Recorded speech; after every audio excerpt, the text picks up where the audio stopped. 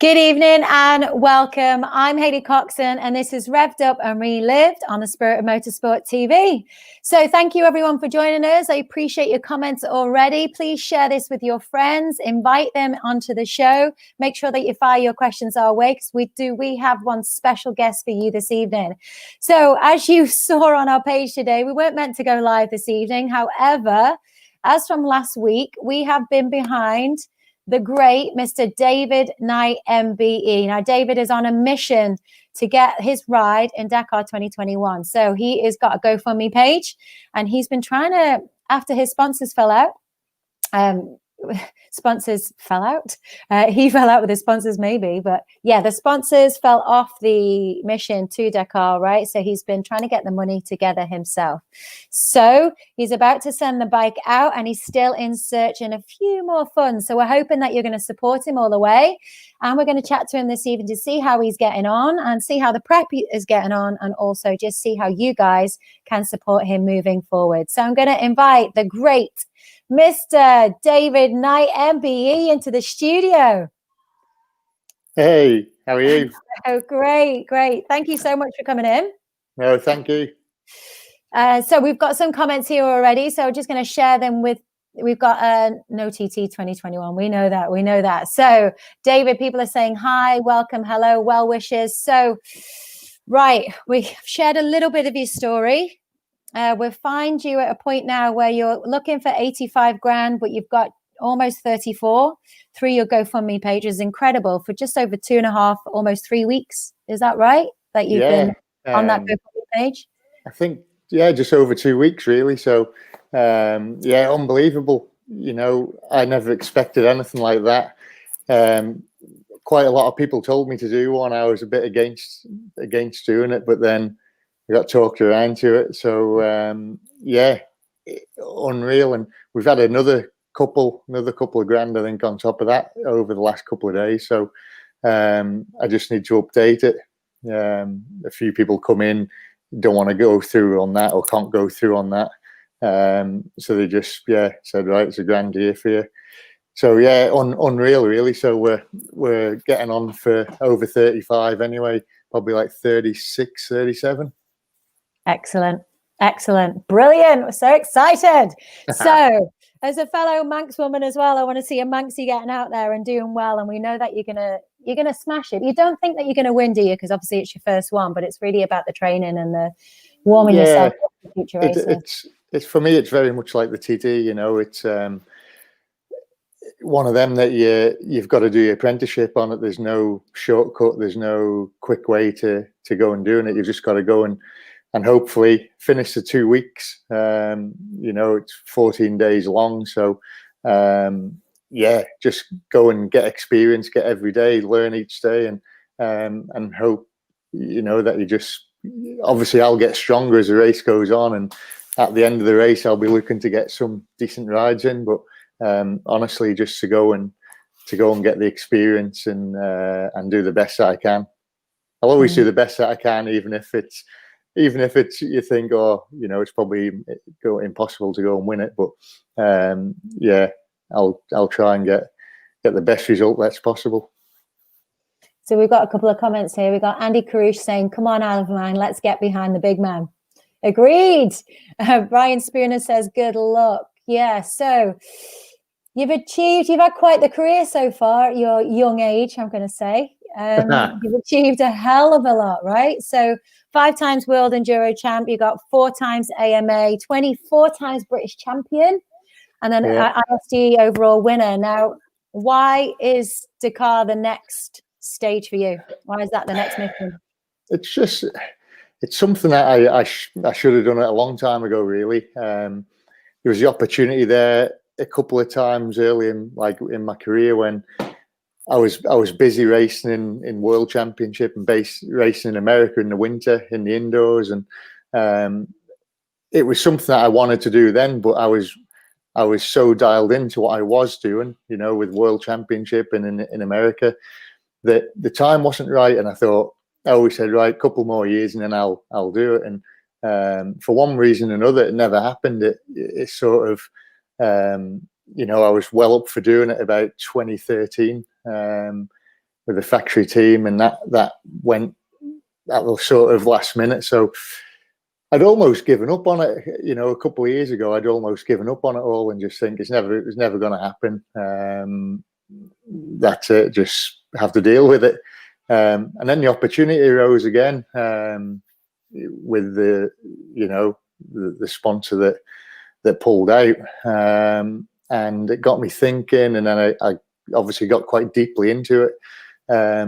So now it's there again, and it's worse than it was before. It's just in my head all the time. So I'm one of them guys. I don't want to be 70 years old, sat in a rocking chair, crippled and and sat there hardly able to walk and thinking, oh, I wish I'd gone and done the Dakar.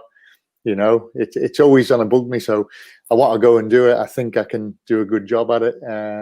And yeah, just need really now the support and go and have a go. So who's pushed you into the GoFundMe page? Who pushed you to say, don't give up, get this going, and let's see where it takes you, because you can do it?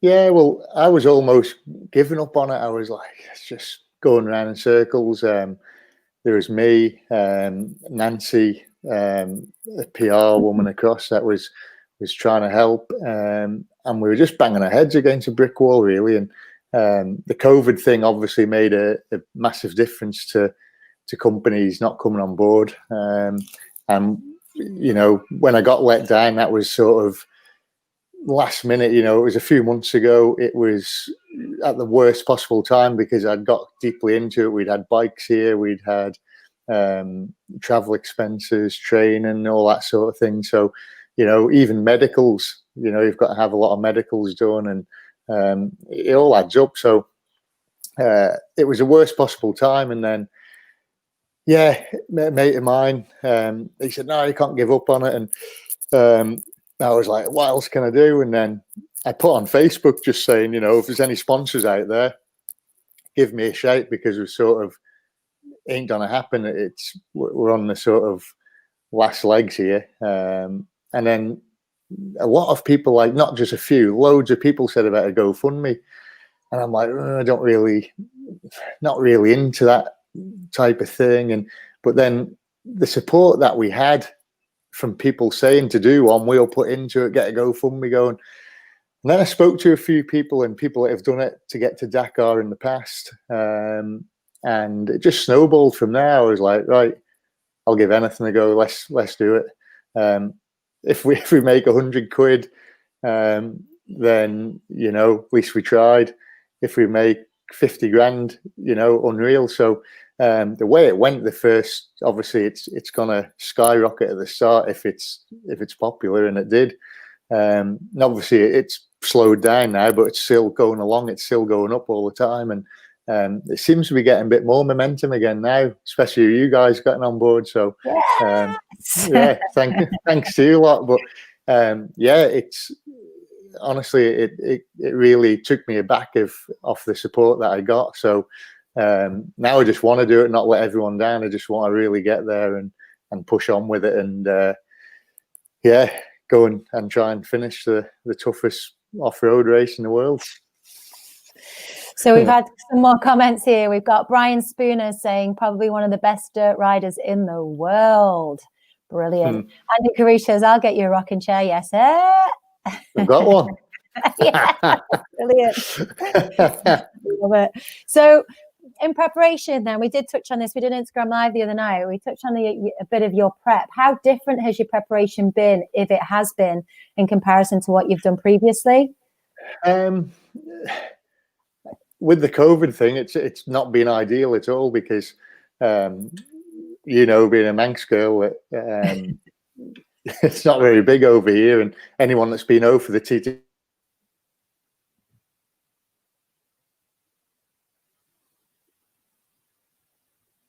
you've got a small island. You've got, sorry, it cut off then. You've got a small island over here, which I pretty much know every bump, lane.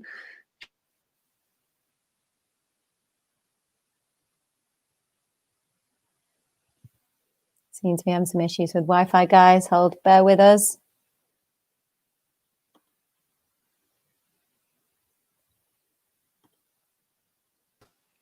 might have lost him, you know. Oh, no. I know. Bear with us, guys. We might get him back any minute, so please bear with us. We want as much support as we can get. Let's see.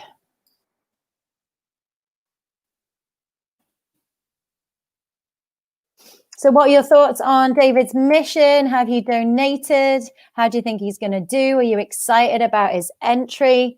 It's going to be quite a special moment for him in his career, but also for the Isle of Man as well. So really exciting. And it's really, really important for us at TSOM to get behind him, because we know how committed he's been to this project and how important it is for him to add it to the list, really, to tick it off.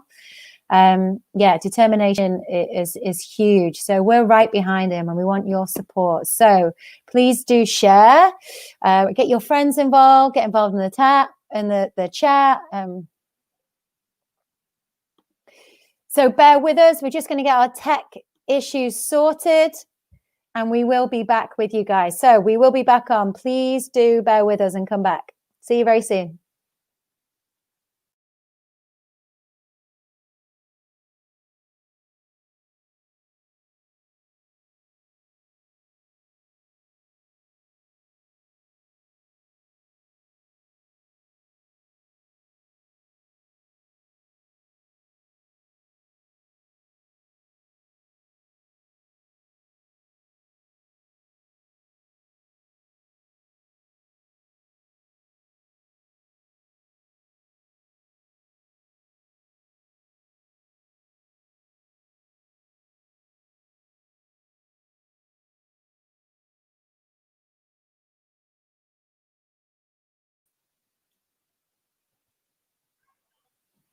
Yeah, I'm back. Yeah. That's the Manx internet for you. It is. It just disappears sometimes. We're back. So I've been riding around the Isle of Man really, and then went roadbook training in Portugal, which was absolutely brilliant at the Wims Motor Academy. So that was the first real roadbook stuff I'd ever done. So we did that, and then I've been to Spain before the Andalusia Rally and done a few days there. So it's not been ideal. I've not been out in the open too much, which is, you know, in the middle of a desert sort of thing with your cap headings and your which is all on compass. Then, you know, you've got no road, so you're just out on a blank canvas really. So this is just all stuff. That's the stuff I'm looking forward to, and the stuff that so far that I've really enjoyed with it, because it's different to what I've done before. So okay, so where you're at right now, we've got 30, almost 36 in the pot, maybe you said? Yeah, probably like 36, 37, yeah. Okay. We've got someone here who's just said, Andy Karouche, I'll put 50 quid in the pot now if he sorts his Wi-Fi out. Spot on, Andy. Brilliant. Rode with Niter. Ian Davies says, rode with Niter a few times in the Isle of Man. Hell, just boss for the 14 days. I'll just boss for the 14 days. Brilliant. All right. So how can everyone help you? Now, the question that people may have is, how have you got it down? Because you're just looking for about 85, aren't you, to go ride? Yeah. And normally it's way more than that. But tell us the reason why and how you've been able to get your ride for such a small amount, really, in comparison to what you would normally. Well, normally, you see, you've got to, so the Dakar is about 100,000 to do it. So, you know, Henk that runs a team, the HT Rally team in Holland, who, you know, basically, I was sort of explaining this to someone the other day. It's like me going to the TT or a BSB, and you're paying for rides. So, like, say the factory Honda team, they're there, and I say, right, there's 100 grand I'm riding for you with all the team, bike, everything. That's how it works for the Dakar, because it's such a big logistical nightmare. You have a lot of teams like this that are, you know, really good. So that's the only way to do it as a privateer, really. So that's what I've done. So normally you've got to do a qualifying race, which I did already, and that was all paid for in Spain. the Andalusia Rally. But normally to do the Dakar, you'd probably pay 150 grand, and that would do a rally, a shakedown, and then the Dakar all in one thing. So that would pay everything. So I've done the shakedown, I've done the qualifying rally, I've done all the other little bits and bobs. So basically, it's just a Dakar that's left on it. I've got a sponsor that paid for a lot of the Andalusia Rally. He's willing to put money in to cover the bikes. That knocked it down to 85. So yeah, and then we've obviously got the GoFundMe thing, which is getting up towards 40. So another 45. Another 45 or so, and we'll be good to go. And obviously the more the better to do it, because there's a lot of little things out there with which it don't cost money. And for instance, you can sleep in a tent, or you can sleep in an air conditioned, heated motorhome for that's like 5 grand again. So it's just the little things, but at least at that I can go and do it, which is obviously the plan, to go and to ride first of all, not so bothered about comforts. Getting a tent, yes sir. Lovely in the desert. Nice. Yeah. All right, so how can everybody help you then, right? So you've got this certain amount we need to get. Now, first of all, there was going to be a target this week, but what's happened is, correct me if I'm wrong, Henk is now on a mission on the road to get your bike over there, because he knows how much support is actually out there and people want to support you. So he's convinced that you're going to get that full total target. Yeah. So they're off. All the teams are heading down to France tonight. They'll get there tomorrow, south of France, and then they'll drop everything. I'm not sure if they all go on a container ship or if they get air freighted. I'm not sure, but they drop them all down the south of France. So like you're talking the big race trucks, the massive big trucks that do the Dakar, all the service mechanic trucks that follow behind, all the race cars, all the bikes. So Henk's team, they've got 2 of the massive big trucks with all the spares on. One sleeping truck, one's all the spares. So the mechanics all drive them.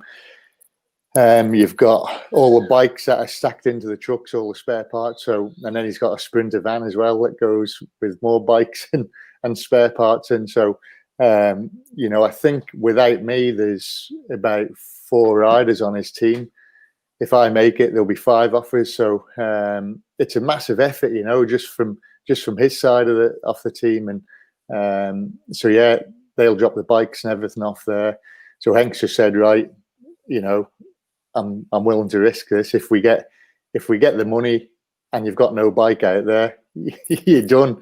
If you end up getting, say, if you ended up getting 150 grand, for example, and you've got no bike there, you can't race. So he's the other way, where right, let's get the bike out there and worry about the money later. So that's what he's doing, and fair dues to him. He's taking a big gamble.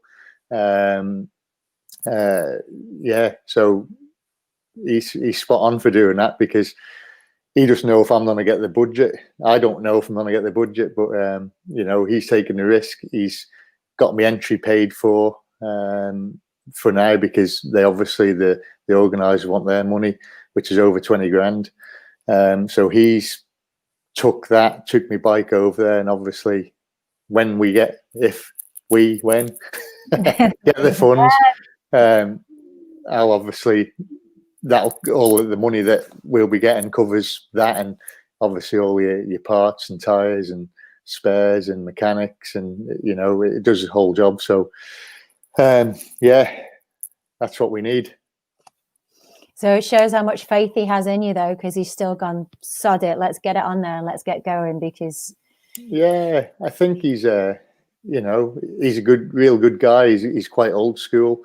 He probably knows, him and the guys in the team are probably more experienced than anyone else at the Dakar. He's a really good bloke to have in my corner. I think if I hadn't have met someone as knowledgeable and down to earth and level headed as him, I wouldn't have gone. He's exactly what I need to slow me down if I'm pushing too hard, and he'll bollock me. He'll give me a bollock, and if I'm going a bit quicker, he thinks, you need to calm down a little bit here if it's a long race. So he can read it. It's like having, someone at the TT with all that experience, and it'd be like having McGuinness in your corner, like you don't end up on your ear here, or right, you need to go on a bit quicker on that, do this. And yeah, it's experience at the end of the day. Like I've done all my life with enduros. I know inside out. I know every single thing there is to know about the sport. And obviously in rally, it's different. You're still riding a motorbike, but it's all the other stuff. So riding a bike's the easy part. So he's been sat with you, coaching you through it. He's been guiding you through it, because obviously he's been away with you, but he's been coaching you and teaching you about it. Hank, obviously when I was in Spain, he was going through everything with me. All the road book stuff, I've been learning that. A lot of that's in French, which makes it even harder. But you've got all your different symbols, you've got all your different sort of 3-letter codes and little pictures that, so you're looking at your little road book doing over 100 miles an hour, moving it with your thumb with your little electronic roller, looking at your trip meter, you've got your other box on the handlebar. So you're trying to look at all this. So you're only glancing that road book for like, half a second, if that, and you've got to know exactly what's on it. So I've been doing all I can, it's hard with kids and that running around and doing homework and stuff, but I've just made myself do it, even 10 minutes at the workshop. If you need a break from doing people's suspension, I'll just, sit there and just go through it. And it's working, so I'm getting there with it, but there's no substitute for racing, getting on the bike and doing it in an event like in Spain. I probably learned 1,000 times more than I ever could do here. So it's just, you can do all you can and hope that's enough. Right. Well, we are going to shout out to everyone out there in our TSO family to support you, to get on your GoFundMe page. So you said the other day as well, so if they don't get on with GoFundMe, because some people don't, do they? What can they do if they don't want to go through GoFundMe to donate? Just give me a shout. I'm on Facebook and Instagram and stuff like that. That's what a few people have done. Just message me on there, and you'll always know someone, especially in Isle of Man. You always know someone who knows me. But if it's someone in the UK or abroad, just send me a message. Always reply to people. Always make a bit of time. And yeah, anything, if it's a £5, if it's a tenner, if it's £1,000, 100, whatever, anything, it's so appreciated. And I feel like I've got a lot of people sort of pushing now, and it's like I don't want to let them all down. Everyone's being that good and generous and wanting this to happen. It sort of gives you a good boost. It does give you a boost. So and that's all we can do, I guess. So if anyone that's watching, if you are thinking about donating, why think? Just get on there and do it, and share it with your friends. Get involved in the story, right? We're all going to be a part of this, getting David on his ride, and we can be supporting him all the way through it. And any big companies as well, Hayley, like we've still got a bike. We've got a bike at the minute, it's plain white, and anything like sticker kits can be printed, so the whole bike's whatever colours that our company wants. So for its full title sponsorship for a company now, and that media, that can last all year easily. There's loads of stuff that can come from it, so that's available and it's cheap now. And the helmet sponsor, right? So it's your full title sponsor, and then you can do the helmet sponsoring as well. Yeah. So this. Yeah, anything. I'll sell anything on me. They've got like my helmet. I've always had my own design helmet, but yeah, I can get a helmet painted if there's any sponsors that are wanting to cover that. Just give us a shout. The title sponsorship would be like bikes, all the gear, everything in that. Obviously all the social media stuff and updates every day and all that type of thing. So Yeah, I'm here, and yeah, I want to be. It would be nice to work with the company, you know, not just for the Dakar, but it could be extended for all year and doing stuff, you know, next year. So we've got some good plans. So yeah, see what happens. Mega. We've got Brian Spooner commenting here. What a down to earth man. Hey, there we go. you've got to be an Isle of Man, Brian. Yeah, You soon get brought back down to earth over here. It's true. It's true. Brilliant. All right. Well, listen, Dave. So we've got to get David to Dakar, haven't we? So we've got our own little hashtag going on. Andy Carouche says 100% behind you. Yes, sir. Aren't we all? Any final words for anyone out there to get them to donate or get them involved?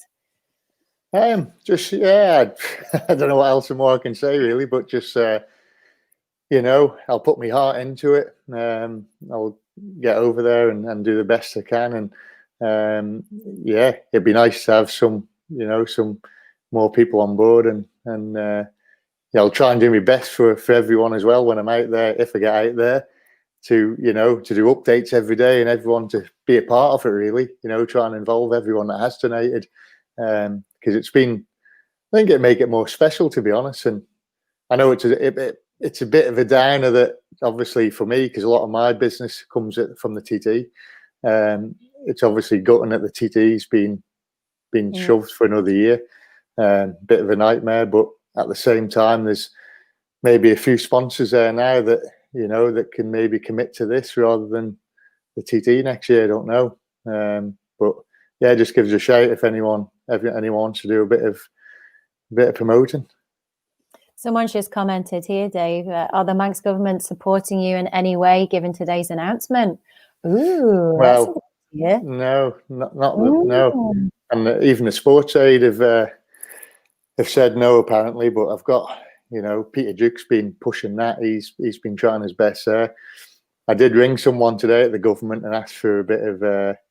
Now the TT's off, they've got a few million sat there, you know, and I want to get wasted on something, so you might as well waste it on the Dakar. You're going to be flying the flag. But yeah, no, seriously, I called today and I just said, listen, you know, other countries do it. You know, you look at some of the big car teams are sponsored by Abu Dhabi, Qatar. You know, why not have the Isle of Man on it? Big Manx flag on the bike, and you know, anything's possible. So it'd be nice if they did get on board. It would, you know, that would be a good sort of thing for the sort of end of, you know, end of my career, but you know, the sort of last massive race that I want to go and do, would be nice to have the Isle of Man support it. So absolutely. We'll see. We just have one of the kids behind you there in the window. I can imagine. In the limelight.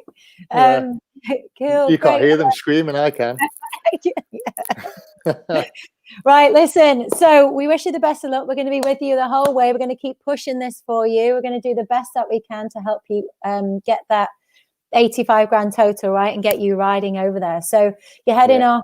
We've got to get this as quick as we can, really, haven't we? But ideally, you're going to be shooting off end of December, aren't you?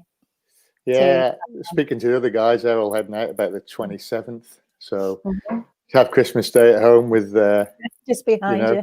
Keep waving.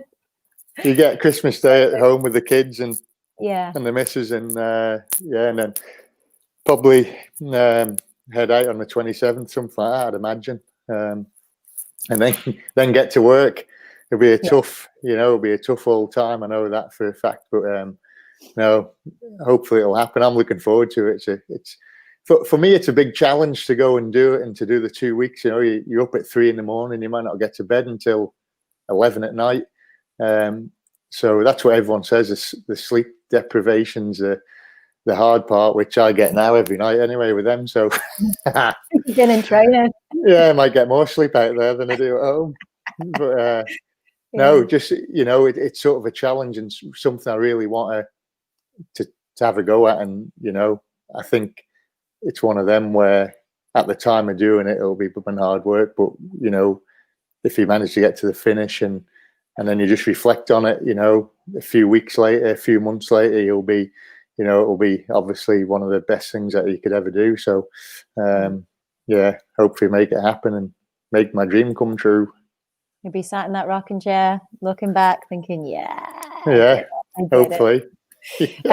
Wicked. Okay, listen, best of luck then. Thanks so much for your time. We're going to get this video thanks, and Hayley. promoting it and pushing it, right? So anyone that's watching, please share this. We've got Andrew Livesey saying perfect opportunity to advise the TT brand on one of the world's biggest stages. Exactly. Brian Spooner says thank you. And Sue donated. So we've had Sue on here as donated. So we've had some donations already just through the live show. So brilliant. Thank you, Sue Scott. Really appreciate it. Dave, best of luck. We're going to speak again soon, I'm sure. Hello to the family and enjoy the rest of your evening, right? And you. And thanks. Getting muddled up now. Thanks a lot, guys, for getting on board and giving us a hand, because it's massively appreciated. So thank you, everyone. Of course. Take care. Thanks so much. Cheers, Hayley. Thank Bye. you. Thank you, everyone that's tuned in. And remember, this is available on our page now. So feel free to send your friends this way, tune in again, share away. And also we've got a nice special film coming out to help promote it as well. So please do share, get your friends involved. Thank you so much for tuning in. I'm Hayley Cox, and this was Revved Up and Relived on the Spirit of Motorsport TV.